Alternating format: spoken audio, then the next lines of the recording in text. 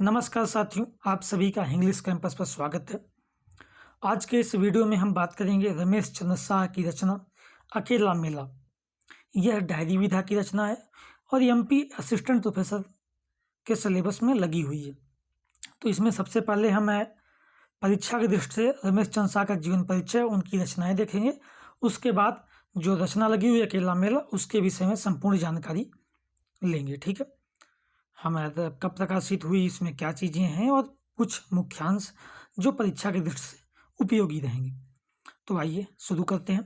सबसे पहले जीवन परिचय। जन्म इनका 15 नवंबर 1937 ईस्वी को अल्मोड़ा उत्तराखंड में हुआ था।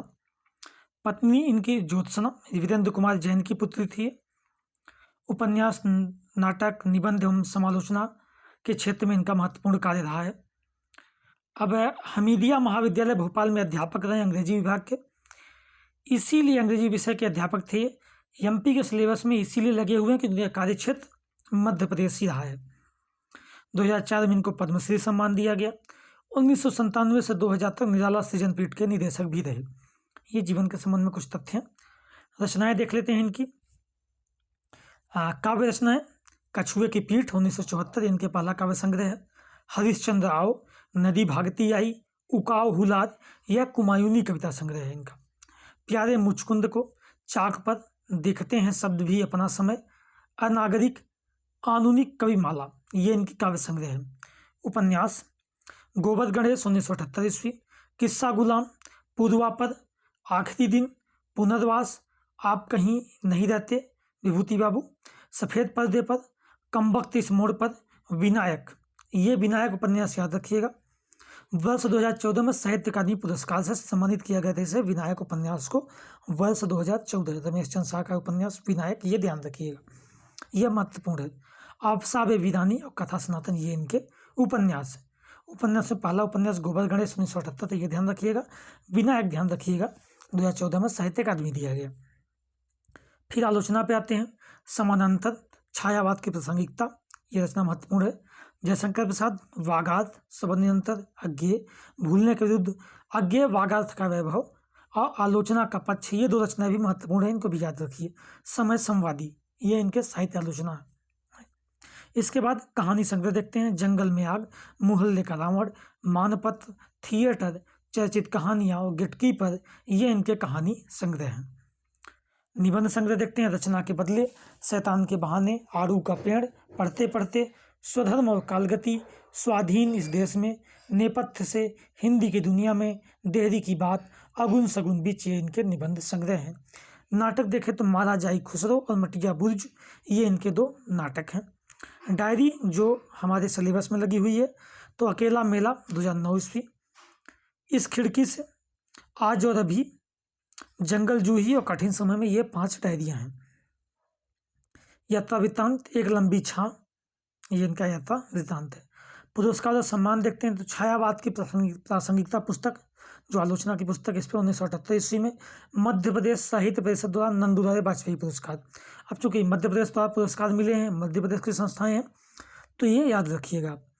छायावाद की प्रासंगिकता पर 1978 में नंदुलाल वाजपेयी पुरस्कार मिला है। पहले उपन्यास गोबर गणेश पर 1979 ईस्वी में वीर सिंह देव पुरस्कार मध्य प्रदेश साहित्य परिषद द्वारा ही मिला है। 1987-88 में मध्य प्रदेश संस्कृति विभाग का शिखर सम्मान दिया गया। कविता संग्रह नदी भागती आई के लिए 1989 में मध्य प्रदेश साहित्य परिषद का भवानी प्रसाद मिश्र पुरस्कार। 2001 में के बिरला फाउंडेशन द्वारा व्यास सम्मान, ये ध्यान रखिएगा, व्यास सम्मान से ही पुरस्कृत हैं ये, 2001 ईस्वी में। 2007 ईस्वी में हिंदी साहित्य सम्मेलन द्वारा हिंदी वाचस्पति की उपाधि दी गई, हिंदी साहित्य सम्मेलन प्रयागराज। ठीक है, हिंदी साहित्य सम्मेलन कब स्थापित हुआ था? 1910 ईस्वी, मदन मोहन मालवीय संस्थापक रहे हैं इसके। तो इसके द्वारा साहित्य वाचस्पति की उपाधि दी गई 2007 में। 2009 में मध्य प्रदेश संस्कृति विभाग द्वारा मैथिली गुप्त सम्मान दिया गया। इसके अलावा 2 चीज़ हमने पहले ही बताई, 2014 में विधायक उपन्यास के लिए साहित्य अकादमी और 2004 में इन्हें पद्मश्री सम्मान दिया गया। ठीक, तो ये इनके जीवन परिचय और साहित्यिक कृतित्व और सम्मान है। अब इसके बाद आए देखते हैं हम अकेला मेला, जो रचना हमें लगी हुई है। प्रकाशन वर्ष देखिए अकेला मेला का 2009 ईस्वी। इसमें वर्ष 1981 से 1985 तक की निजी अनुभूतियां संकलित हैं। इस डायरी में Jaishankar Prasad, Agyeya, Yeats, T.S.. Elliot, मलयाज, Nirmal Verma, Vipin Kumar Agarwal, सदस्य दल सक्सेना, विजय देवनारायण शाही और अन्य कई साहित्यकारों का जिक्र किया है इन्होंने। इस स्मरणांजलि देख लेते हैं, समर्पित किसे किया है, तो वीरेंद्र कुमार जैन, इनके ससुर थे, हमने पहले ही बताया। वीरेंद्र कुमार जैन को, जिन्होंने सर्वप्रथम मेरी डायरी अपनी पत्रिका में प्रकाशित की, और गजानन माधव मुक्तिबोध को, जिन्होंने मेरे प्रारंभिक कवित्व को अपने अमूल्य अविस्मरणीय आशीर्वचनों से कृतार्थ किया। ये उनका समर्पण है, वीरेंद्र कुमार जैन और गजानन माधव मुक्तिबोध को। ठीक, ये ध्यान रखिएगा। फिर हमने भूमिका से पहला पैराग्राफ, आखिरी पैराग्राफ आपके लिए लिया है। भूमिका देख लेते हैं। पहला पैराग्राफ है ये, डायरी साहित्य की सबसे निजी, अंतरंग, गोपनीय विधा मानी जाती है। ये वाक्य भी ध्यान रखिए। ये वीरेंद्र कुमार जैन, रमेश चंद्र शाह के लामेला में कह रहे हैं कि डायरी साहित्य की सबसे निजी, अंतरंग, गोपनीय विधा मानी जाती है, किंतु लिखने से पूरे लिखने की प्रक्रिया के दौरान तो कहानी, कविता भी की सामग्री भी न्यूनाधिक गोपनीय होती है और पाठक दृश्य में तभी प्रकट होता है जब जो कुछ लेखक को हो रहा था वह भाषा निबद्ध होकर उसकी उस गोपन आंतरिकता से विलग होकर उसके सामने आ जाता है। भाषा निबद्ध हो जाना ही उसके उस कथ्य की अकथ्य का खुले उजाले में खींच लिया जाना है, उसके निजी का सार्वजनिक हो जाना है। डायरी भी अंततः एक नियत से स्वतंत्र नहीं है, भले उसकी यह सार्वजनिकता कहानी, कविता की तुलना में नितांत अप्रत्यक्ष और प्रच्छन्न ही क्यों न हो। यह पहला पैराग्राफ है भूमिका से। अब इसके बाद आखिरी पैराग्राफ देख लेते हैं भूमिका का। इस पुस्तक में संकलित डायरी के कुछ अंश आधारशिला के अलावा, अब आधारशिला पत्रिका है, इसमें प्रकाशित हुआ, तो ध्यान रखिए। आकार, ज्ञानोदय, वागार्थ, पाठ, नई धारा, साहित्य चिंतन सृजन, पूर्वाग्रह, अक्षर पर और लोकमत समाचार में छपे हैं। तो ध्यान रखिए किसमें किसमें, आधारशिला, आकार, ज्ञानोदय, वागार्थ, पाठ, नई धारा, चिंतन सृजन, पूर्वाग्रह, अक्षर पर और लोकमत समाचार, इसमें इस डायरी के कुछ अंश छपे थे। लेखक इन सभी पत्रिकाओं के संपादकों था उन समस्त हृदय संवेदनशील पाठकों के प्रति अपना विनम्र आभार प्रकट करता है जिन्होंने अपनी रीझ सूझबूझ भरी प्रतिक्रियाएं मुझ तक पहुंचाई है। पर जैसा कि मैं पहले ही जता चुका हूँ, सर्वाधिक ऋणी स्वीकारी तो मैं अपने अग्रज, समान धर्मा और सहनशील व्यसनी डॉक्टर नामवर सिंह का हूँ। तो स्वभावतः जो न मेरे केवल उपक्रमों के सहभोक्ता और साक्षी लगते रहे, बल्कि मुझे इन्हें इस रूप में प्रकाशित करने के लिए अपनी ओर से प्रोत्साहित और प्रेरित भी किया। तो नामवर सिंह को विशेष धन्यवाद दिया है, प्रेरणा देने के लिए, प्रोत्साहन देने के लिए। इत्यलम ऐसे को उदार जगमाही इत्यलम, ये इनका आखिरी पैराग्राफ है, रमेश चंद्र शाह। ठीक है, ये डायरी की भूमिका का। इसके बाद हम देखते हैं पहला अध्याय, अकेला मेला नाम से। इसमें यह सीधी जिले में 3 जुलाई 1969 को लिखा गया था। डेट इसमें 3 जुलाई 1969 पड़ी हुई है। सीधी जिला, दुख तख्त जगत और स्वर्ग, आनंदपूर्ण स्वर्ग दोनों के एकीकरण का यत्न ही साहित्य है। ये कोटेशन ध्यान रखिएगा, दुख तख्त जगत और आनंदपूर्ण स्वर्ग दोनों के एकीकरण का यत्न ही साहित्य है, यह रमेश चंद्र शाह कहते हैं। यह साहित्य की परिभाषा भी इनकी मान सकते हैं हम। प्रसाद की यह बात क्यों इस कदर मन को छू जाती है, ये प्रसाद का बात, अच्छा प्रसाद की बात समाहित कर रहे हैं। ये ध्यान रखिएगा, रमेश चंद्र शाह की नहीं, यह प्रसाद की बात है, ये ध्यान रखिए। इसलिए कि स्वयं प्रसाद के कृतित्व में मानवीय अनुभव का वह समूचा वर्णपट दिखाई देता है। एक और विषाद और वैफल्य की गहन अनुभूति से उपजी तासत पंक्तियां हैं जो हमारा पीछा नहीं छोड़ती। सुख आहत शांत उमंगे, बेगार सांस ढोने में यह हृदय समाधि बना है करोती करुणा के कोने में, यह प्रसाद की पंक्ति है, ध्यान रखिए। और दूसरी उतनी ही मार्मिक अनिवार्यता के साथ इसके एकदम विपरीत छोर पर आनंदमय आत्मा का यह संगीत, मैं हूँ यह वरदान सरीखा लगा गूंजने कानों में, मैं भी कहने लगा मैं हूँ शाश्वत नभ के गानों में, ये प्रसाद की पंक्ति है। जयशंकर प्रसाद, जीवनानुभूत का इतना बड़ा फलक, उसकी ऐसी गहराई होती है, कम ही कवियों में मिलेगी। तो यह वह पहले अध्याय में कहते हैं। ठीक है, इसके बाद दूसरा अध्याय देखेंगे तो आप जबलपुर में समझौता लिखा गया है, और तीसरा अल्मोड़ा में। ऐसे 3 में जबलपुर, हाँ मैं जहाँ तक ठीक हूँ, सीधी और अल्मोड़ा का जिक्र भी वहाँ लेखन कार्य हुआ है। अब इसके बाद हम मुख्यांश देखेंगे। इस डायरी में मुख्य अंश कुछ जो परीक्षा की दृष्टि से आ सकते हैं, किन भी कवियों का जिक्र है उससे भी आपको स्पष्ट हो जाएगा। ठीक है, तो आइए अब मुख्यांश देखेंगे। ठीक है, अकेला मेला, रमेश चंद्र शाह की डायरी, मुख्यांश देखते हैं। शुरू की पंक्ति हमने देख ली थी, दुख दर्द जगत और आनंदपूर्ण स्वर्ग दोनों के एकीकरण का यत्न ही साहित्य है, जयशंकर प्रसाद की ये पंक्ति थी। इलियट ने एक बड़ी मार्मिक बात कही थी कि अपने व्यक्तित्व से उभरना चाहने का, यानी इस उभरने की छटपटाहट का एक कवि के लिए क्या अर्थ होता है, यह वही जान सकता है जिसके पास व्यक्तित्व हो। जितना समृद्ध हो, जितना शक्तिशाली वह व्यक्तित्व होगा। ठीक, मनपुत्र को निसंग भाव से ईड़ा के हाथों में सौंपने वाला कवि जिस मननशील और निर्भय कर्म के विश्वास से प्रेरित है, वह न तो यूरोपीय डिसइनहेरिटेड माइंड का इच्छित चिंतन है, न उधार खाते का प्रगतिवाद। यह जयशंकर प्रसाद के लिए रमेश चंद्र शाह लिखते हैं। यह कमानी के विषय में बात करते हुए लिखते हैं। वो जान पहचान के लोगों से कतरा कर निकल जाना आसान नहीं होता, यह रमेश चंद्र शाह डायरी में लिखते हैं। पुस्तक में उल्लिखित मिनोचा साहब का कथन, भारत का शिक्षित वर्ग सिर्फ वेतन बढ़वाने के लिए एकजुट होकर आंदोलन करता है और वह भी एक ही पार्टी के झंडे तले। इससे ज़्यादा शर्मनाक और आत्महीन आचरण क्या हो सकता है, मैं नहीं जानता। आपका वेतन चाहे जितना बढ़ जाए, अपने समाज में आपको वह रुतबा कभी नहीं हासिल होगा जो अफसरों या विधायकों, सांसदों या मंत्रियों को हासिल है। सारे मूल्य विपर्य की जड़ में अपना यह सामाजिक आर्थिक ढांचा है जो असमानता पर ही टिका हुआ है, उसी का पोषण करने वाला है। समाजवादी व साम्यवादी नारे खोखले हैं। यह मिनोचा साहब एक पात्र हैं पुस्तक में जिनका कथन है ये। आगे निर्मल वर्मा का कोट है कि कवि या उपन्यासकार को तो यह हक है कि वह जिसे पसंद न करे उसे न पढ़े, मगर आलोचक को यह छूट नहीं है। फिर निर्मल वर्मा ने लेखक से कहा था, जो कथन उन्होंने लिखा है कि यह सवाल खड़ा किया कि क्या कारण है कि 20वीं सदी के पूर्वार्ध की महत्वपूर्ण कविता तो अपने समय की सारी बौद्धिक उथल पुथल को प्रयोगशीलता के बूते घुला सकी, पचा सकी, अपनी नई से नई और जटिल से जटिल संरचनाएं खड़ी करके, जैसे इलियट का वेस्टलैंड या पाउंड का कैंटोज। मगर आज सदी के उतार पर जब जानकारियों का आतंक कई गुना बढ़ता जा रहा है, तब उसका वैसा जवाब दे पाने में कविता अक्षम प्रतीत हो रही है।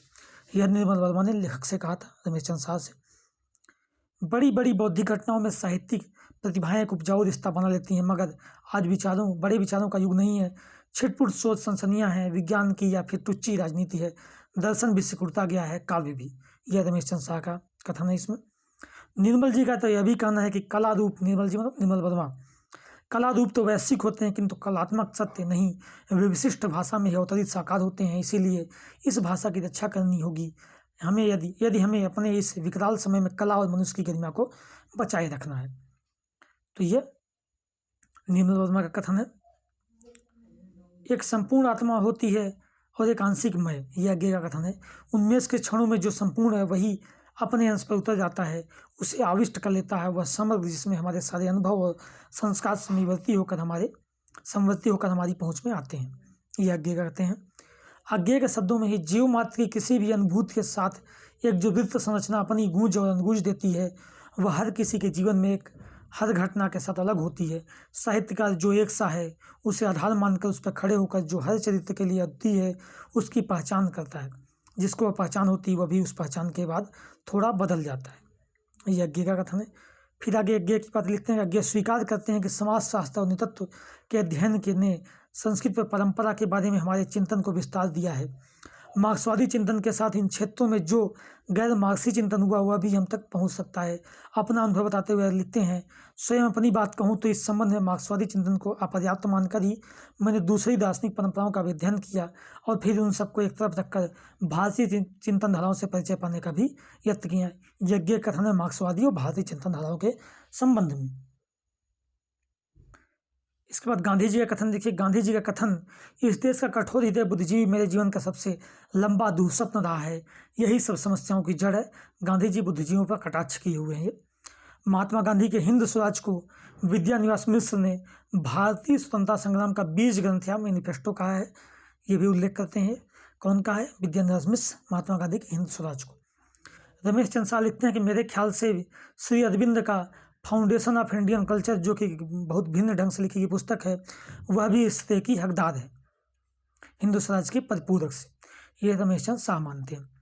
अब इससे जो इनकी रचना है फाउंडेशन ऑफ इंडियन कल्चर, इससे कुछ मुद्दे उन्होंने दे रखे हैं, वो भी देखिए। हमारी स्थिरशीलता गुण है, दोष नहीं। अनुभव से हमें जो ठीक लगा है उसे हम क्यों बदलेंगे? बहुत से अकल देने वाले आते जाते रहते हैं, पर हिंदुस्तान अडिग रहता है, यह उसका लंगर है। ध्यान रखिए कि चूँकि हम पूरे जो इनकी रचना अकेला मिला उससे महत्वपूर्ण कथन देख रहे हैं, तो वीडियो थोड़ा बड़ा हो जाएगा। ठीक है, हम सारे कथन देखेंगे। परीक्षा में कुछ भी अगर कथन उससे पूछा जाता है तो हम सब कुछ कर पाएँ। अगला देखिए, ये जो महर्षि अरविंद की किताब का जिक्र किए उसी से ये कथन, ऐसी सभ्यता जहाँ हो वहाँ आदमी फेराफार करेगा उसे अपना दुश्मन समझिए। जिन लोगों के नाम पर हम बात करते हैं उन्हें हम पहचानते नहीं, न वे हमें पहचानते हैं। फिर चौथा देखिए, अंग्रेज अगर अपनी सभ्यता के साथ रहना चाहें तो उनके लिए हिंदुस्तान में जगह नहीं है। ऐसी हालत पैदा करना हमारे हाथ में है। ये महर्षि अरविंद की किताब में उल्लिखित है। उपयुक्त पर आपत्ति उठाते हुए जब पाठक कहता है अंग्रेज हिंदुस्तानी बने या नामुमकिन है, तो यह संपादक कहता है हम पहले अपना घर साफ रखें, फिर रहने लायक लोग ही उसमें रहेंगे, दूसरे अपने आप चले जाएंगे। यह भी है कि हमने उनकी सभ्यता अपनाई इसलिए वे यहाँ रह रहे हैं। जब पाठक तवारीख की दुहाई देता है, संपादक कहता है हिंदुस्तान का बल दूसरे किस्म का असाधारण है, इसलिए दूसरी तवारीखों से हमारा कम संबंध है। भाषा को लेकर गांधी जी की यह बात कितनी कारुणिक और भयानक विडंबना से भरी लग उठती है। हमारी भाषा हमारे विचार प्रकट करने का जरिया है अंग्रेजी, और ऐसे लंबे अरसे तक चल रहा हो तो मेरा मानना है कि आने वाली पीढ़ी मेरा तिरस्कार करेगी और हम उसका साफ हमारी आत्मा को लगेगा। ये गांधी जी का कथन है। रमेश चंद्र शाह मानते हैं कि अज्ञेय पर गुरुजीएफ का खासा प्रभाव पड़ा होगा युवावस्था में। किसका? अज्ञेय पर गुरुजीएफ का। यह रमेश चंद्र शाह का मानना है। गुरुजीएफ का कथन रमेश चंद्र शाह द्वारा हिंदी अनुवाद यह है कि खारा नहीं चाहते तो माधुरी भी नहीं मिलेगा, वह रसातल में इसलिए कि तुम शिखर पर हो। ये गुरुजीएफ का कथन है जो रमेश चंद्र शाह ने डायरी में हिंदी अनुवाद करके दिया हुआ है। अगर कोई आदमी कायर है तो इससे साबित होता है उसमें इच्छा शक्ति का अभाव नहीं। सत्य वह चीज़ है तुम्हारी अंतरात्मा को संकटों से सुरक्षा और शक्ति प्रदान करता है। अंधेरे में एक जूट तक बाघ से ज़्यादा डरावनी हो जाती है। गुरुजीएफ का कथन है जिसका व्यक्तित्व आत्मचेतस है उसे न ईश्वर की जरूरत न शैतान की। सुखी है वह मनुष्य जिसे अपने असुख की चेतना नहीं, खबर नहीं। अगर आप पानी को खौला सकती है, आग पानी को खौला सकती है, पर पानी आपको बुझा सकता है।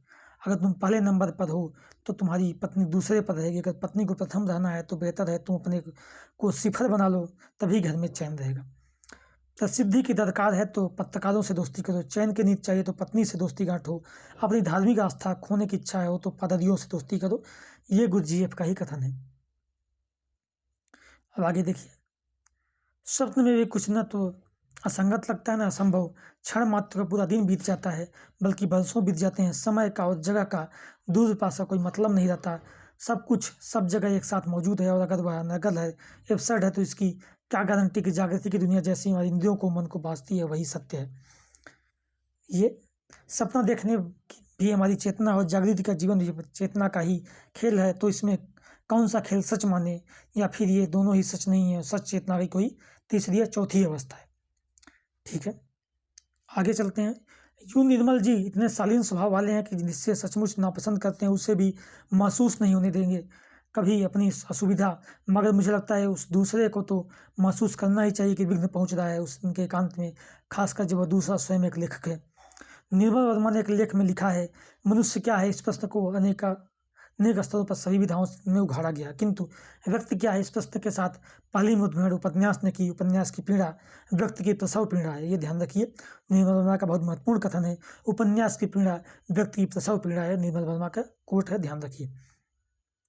हेगल ने उपन्यास को आधुनिक मध्यवर्ग का महाकाव्य कहा, पर जिसे समूचे मनुष्य की विराटता को एपिक कहते थे, वह बुर्जुआ समाज तक आते आते विखंडित व्यक्तित्वों में इतने भयानक ढंग से बिखर गया कि उपन्यास उसे केवल नॉस्टैल्जिक क्षणों में पकड़ पाता है। फिर अज्ञेय के लिए रमेश चंद्र शाह अज्ञेय के लिए लिखते हैं, मैंने उनसे यह भी कहा कि वात्स्यायन जी और किसी के साथ मुझे ऐसा नहीं लगता, पर आपके बारे में मुझे अक्सर लगता है काश आपसे मेरा संपर्क पहले अपेक्षाकृत युवा दिनों में हो गया होता। मेरे कवित्व को जगाने के लिए मुझे अपने ही भाव जगत को लेकर आत्मविश्वास प्राप्त करने में आपकी भूमिका जितनी उत्प्रेरक शरीर की होती उतनी और किसी की नहीं हो सकती थी। अपनी भावनाओं का सही विवेचन सही वक्त पर न हो पाना कितना गांठ उठ जाने वाला होता है। यह रमेश चंद्र शाह अज्ञेय के लिए कहते हैं। पढ़ना भी किसी बहुत जरूरी गहरी जरूरत और प्रेरणा से ही होता है। ईट्स के बारे में, ईट्स अंग्रेजी कवि के बारे में हम लिखते हैं कि ईट्स हमें बताता है, जो दुनिया के साथ शांत किंतु खुद अपने साथ युद्ध रहते हैं, किंतु दांते ऐसा शख्स था जिसे दोनों मोर्चों पर एक साथ लड़ना पड़ता था। यहीं पर ईट्स की वह सुप्रसिद्ध सूक्ति भरती है जिसके अनुसार जब हम दुनिया से यानी दूसरों से झगड़ते हैं तो सिर्फ रेटरिक वाग्मिता उपजाते हैं, अपने साथ झगड़ते हैं तो कविता रचते हैं। आगे देखिए, इलियट ने बाकायदा 2 बरस हार्वर्ड में उस वक्त के इंडोलॉजिस्टों से अग्रणी प्रोफेसर लैनमन से संस्कृत सीखी थी, जबकि एड्स को न केवल संस्कृत का कोई ज्ञान नहीं था बल्कि भारतीय दर्शन का भी वैसा विधिवत अध्ययन नहीं किया था जैसा इलियट ने। ये एड्स और इलियट के संबंध में रमेश चंद्र शाह लिखते हैं। अज्ञे के अनुसार स्वाधीनता ऐसी चीज है निरंतर आविष्कार, शोध और संघर्ष मांगती है, यहाँ तक कि उस शोध और संघर्ष को स्वाधीनता का सार तत्व कह सकते हैं। स्वाधीन होना अपनी चरम संभावनाओं की संपूर्ण उपलब्धि के शिखर तक विकसित होना है, पर कोई भी व्यक्ति अपनी चरम संभावनाओं को ऐसे ही परिवेश में पा सकता है जिसमें दूसरे भी चरम संभावनाओं को प्राप्त करने के लिए समान रूप से स्वाधीन हो। और ठीक यहीं पर स्वाधीन का ऐसा बोध मानव तपस्या के नियंत्रण बन जाता है, क्योंकि वह मानव मात्र की समान स्वाधीनता के प्रयत्न की अनिवार्यता बन जाता है। स्वाधीनता की सच्ची कसौटी मैं नहीं मम्यता है, यह अज्ञे का कथन है। आगे देखिए, जयदेव सेठी की पुस्तक पढ़ गया गांधी की प्रासंगिकता। इसके प्राथक्कन में जयप्रकाश जी के कुछ दो टूक बातें रखी हैं जो माननीय है। ये जयप्रकाश की बातें हैं जयदेव सेठी की पुस्तक गांधी की प्रासंगिकता में। नेहरूवी उदारवाद और मार्क्सवाद के प्रभाव में पले पुसे बुद्धिजीवी हक्के बक्के हो गए हैं। उन्हें वैसे मॉडल की जरूरत महसूस होने लगी जो स्वदेशी हो, आज की दुनिया का सामना कर सके, भारतीय परंपरा के उत्तम तत्वों का इस्तेमाल कर सके, सिर्फ जिसके जरिए ही यहाँ की जनता को राजनीतिक आर्थिक विकास का साझीदार बनाया जा सकता है। यह जयप्रकाश जी का कथन है। आगे, गांधी जी के सही अध्ययन के लिए अंतरशास्त्रीय पद्धति का दृष्टिकोण आवश्यक है। नई बात है न, नेहरूई ढांचा गैर भारतीय और विशिष्ट वर्गोन्मुखी होने से असफल होना ही था। हमारी राज्य व्यवस्था व उसकी जर्जर संस्थाएं जर्जर कर दी गई। हमारे समाज के नैतिक अंतर्राष्ट्र के टुकड़े टुकड़े हो गए हैं। हमारी शिक्षा पद्धति में गांधी अध्ययन का कोई विधान नहीं, क्यों? यह जयप्रकाश जी सवाल उठाते हैं। आगे देखिए, मगन भाई प्रभुदास देसाई की लिखी पुस्तक राम मोहन राय से गांधी जी तक पढ़ गया। कुछ बातें जो नहीं पता थी पहली बार इसमें देखी, कुछ नए सिरे से विचार को उकसाने वाली लगी। देखिए क्या लगा इनको भी उकसाने वाला कुछ कोटेशन। 1924-25 में सकलतवाला की कोशिश गांधी जी को साम्यवादी दल की ओर आकृष्ट करने की। गांधी ने साफ जवाब दे दिया, मेरी नीति मौलिक रूप से साम्यवाद से भिन्न है। समाजवादी पार्टी के जन्म जिससे 1948 तक कांग्रेस में रहकर काम किया। 1936 में कांग्रेस के अधिवेशन में नेहरू ने कहा, कौमी सवाल और मंदिर प्रवेश मूलतः आर्थिक सवाल है, उसी ढंग से उन पर विचार अपेक्षित। नेहरू मार्क्सवाद से प्रभावित होकर ये बातें कर रहे थे। इस तरह हरिजन, मुसलमान और राजे रजवाड़े तीनों वर्ग एक दूसरे के विरुद्ध खड़े कर दिए गए। यह जो किताब है मनु भाई देसाई की, मगन भाई प्रभुदास देसाई की, राम मोहन राय से गांधी जी तक, उसमें ये बातें आई हुई हैं। स्क्रिप्ट मिशन जो आया था, भविष्य से भूलने वाला गैर मियादी चेक गांधी जी के कथनानुसार मेरी शंका, मगर अरविंद ने इसे स्वीकार लेने का संदेश भेजा था। क्यों? कौन सही था अंततः? अंग्रेजी राज में मुसलमानों ने अपनी राजनीतिक में दंगों का एक राजनीतिक अस्त्र के रूप में इस्तेमाल किया। ये भी इसमें पुस्तक में आया है। औरंगजेब के ज़माने में कि इस्लाम की इज्जत को कायदे आजम ने फिर कायम किया। इस देश के मुसलमान इसके लिए सदा उनके एहसानमंद होंगे। मोहम्मद सबीर अहमद उस्मानी का कथन है ये। आगे देखिए, रमेश चंद्र शाह लिखते हैं कि आज बापू की पुण्यतिथि है। पिछले कई दिनों में मैं बापू के पत्र मीरा के नाम पढ़ता रहा हूँ। यह पुस्तक मुझे एक अंतरंग दस्तावेज तरह लगती है। गांधी जी का स्वभाव और व्यक्तित्व को समझने की दृष्टि से मन हो रहा है इनमें से कुछ बातें, सूक्तियाँ उतर अपने सामने रख सहेज लूँ। ये देखे बातें क्या है। 4 सितंबर 1925 को पत्र में लिख रहे हैं, वह थोड़े दिन उसका वियोग, उस लंबे वियोग की तैयारी जिसे मृत्यु लगती है। असल में वह यह वियोग ऊपरी है, मृत्यु से हम ज़्यादा नज़दीक आते हैं। क्या शरीर बाधा नहीं है, यद्यपि परिचय का साधन भी है। जिस चीज़ को लेने की हमें ज़रूरत है, इच्छा न हो, उसका स्वाद हमें क्यों जानना चाहिए? क्या तुम्हें मालूम है, हर तरह से के पापाचरण को उचित ठहराने के लिए यही दलील दी जाती रही। वर्जित सेब का किस्सा। तुम्हें शरीर से मोह हरगिज न होना चाहिए। शरीर रहित आत्मा शरीरबद्ध दुर्बल जीवात्मा से अधिक, जिससे साथ शरीर की शादी में रहने लगी हैं। शरीर रहित आत्मा संपूर्ण है, उसी में की हमें आवश्यकता है। देखिए आगे जायसी के संबंध में रमेश चंद्र शाह लिखते हैं कि जायसी मुझे लगता है हिंदी आलोचना के लिए, इतिहास के लिए एक महत्वपूर्ण घटना है। जायसी जो पुस्तक लिखे हैं विजय देव नारायण शाही, उसकी बात करते हुए लिखते हैं कि जायसी मुझे लगता है हिंदी आलोचना के इतिहास से एक महत्वपूर्ण घटना है। शाही जी के मुख्य सूत्र जो इनमें उभरते हैं यूँ हैं। तटस्थ उदारता की दृष्टि जायसी की वास्तविक दृष्टि है। भाषा प्रयोग को लेकर जायसी के युग में मनुष्य की आंतरिकता को वर्जित करने वाले यही बौद्धिक मुहावरे थे, और उन्होंने इनका परिभाषिक नहीं भावात्मक उपयोग किया, जिस तरह अज्ञे ने मनोविश्लेषण किया प्रेमचंद ने वर्गों का। पद्मावती को आध्यात्मिक प्रतीक का दर्जा देना न कथा प्रबंध का अभीष्ट न जायसी की असली तलाश। अब तक की आलोचना में पद्मावती खोज ने आलोचकों को पद्मावती की खोज से विमुख किया है। ये जायसी का सूत्र दे रहे हैं जो विजय देव नारायण शाही जो जायसी पुस्तक में लिखे हैं उसके विषय में बात कर रहे हैं। काव्यकृति जिसने इतिहास को जन्म दिया, यह क्षमता उसके संपूर्ण अर्थपुंज का महत्वपूर्ण अंश है।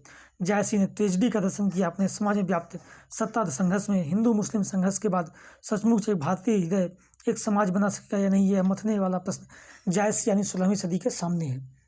आगे देखिए, रमेश चंद्र शाह लिखते हैं कि स्वराज इन इंडिया आइडियाज शीर्षक प्रख्यात दर्शन शास्त्री केसी भट्टाचार्य ने सन 1928 में दिए गए अत्यंत विचारोत्तेजक व्याख्यान की साइक्लोस्टाइल प्रति निर्मल जी मुझे दे गए हैं। उनका आग्रह है कि मैं प्रोफेसर KJ शाह के फिलोसॉफिकल जर्नल के लिए इस पर समीक्षात्मक टिप्पणी अवश्य लिखूं। ठीक है, व्याख्यान अंग्रेजी में दिया गया, अंग्रेजी हिंदी अनुवाद में उसके कुछ मुद्दे यूँ होंगे, तो ध्यान रखिएगा। स्वराज आइडियाज जो पुस्तक केसी भट्टाचार्य की है उल्लेख है, और निर्मल वर्मा दिए थे उनको, और उनका आग्रह था कि प्रोफेसर KJ शाह के फिलोसॉफिकल जर्नल के लिए इस पर कुछ टिप्पणी लिखना। तो उसके मुद्दे कुछ अनुवाद के स्वरूप में इन्होंने दे रखा है। सांस्कृतिक गुलामी अचेतन स्तरों पर हमें जकड़े रहती है। जिस दबाव या अंकुश के प्रति हम सचेत होते हैं उससे हम प्रतिरोध दे सकते हैं, झेल सकते हैं, उसके बावजूद अपने अंतःकरण से मुक्त रह सकते हैं। किंतु सांस्कृतिक रूप से पराधीन व्यक्ति को अपनी परवस्था का होश ही नहीं रहता, तो क्या वो खाकर प्रतिकार करेगा और कैसे। यह सांस्कृतिक गुलामी की बात और विरोध की बात पर यह लिखते हैं। यह सांस्कृतिक परवस्था तब उपजती है जब विचारों भावनाओं का हमारा पारस्परिक सांचा बगैर किसी स्पर्धा या तुलना के एक विदेशी विजातीय सांचे द्वारा पूरी तरह विस्थापित और अतिक्रमित कर दिया जाता है। यह विजातीय संस्कृति तब हमें से एक प्रेत की तरह चिपट जाती है। इस प्रेत बाधा से जब हम अपने को पूरी तरह मुक्त कर लेते हैं तब हमें फिर से नया जन्म लेने जैसी अनुभूति होती है, और वैचारिक स्वास्थ्य से मेरा आशय यही प्रेत मुक्ति है। बीच में बहुत सारे कथन थे जो मैं कुछ महत्वपूर्ण ही पढ़ रहा हूँ, कुछ सारे आज का छोड़ रहा हूँ मैं। ठीक है, पाश्चात्य प्रतिमानों के साथ अपने स्वदेशी प्रतिमानों का संश्लेषण करना हर जगह जरूरी नहीं है। जहाँ वह जरूरी लगे वहाँ भी प्रक्रिया यह होनी चाहिए कि पाश्चात्य प्रतिमानों का अनुकूलन संयोजन हमारे प्रतिमानों द्वारा हमारे प्रतिमानों के आधार पर हो, न कि इसके उलट। इस पर देख लेते हैं कथन और। तर्क अथवा धर्म की सार्वभौमिकता की दुहाई देना ठीक नहीं है। सार्वभौम केवल स्पिरिट है। हमारे अपने आदर्शों के प्रति निष्ठा और दूसरे आदर्शों के प्रति एक उदार खुलापन नई श्रद्धा को उपलब्ध करने का एकमात्र मार्ग पुरानी श्रद्धा को गहरा करने की क्रिया से ही गुजरता है। यह धारणा बेबुनियाद है कि आध्यात्मिक जगत में प्रगत का अर्थ तटस्थ तर्क बुद्धि द्वारा प्राचीन ईश्वर और नए ईश्वर के बीच निर्णायक तौर पर चुनाव कर लेना ही होता है। ठीक है, तो ये महत्वपूर्ण कथन रमेश चंद्र शाह के अकेला मेला डायरी से था, और हमने अकेला मेला डायरी रमेश चंद्र शाह के साहित्यिक परिचय जीवन के विषय में जो महत्वपूर्ण तथ्य वो सारी जानकारी परीक्षा की दृष्टि से देख ली है। ठीक है, धन्यवाद।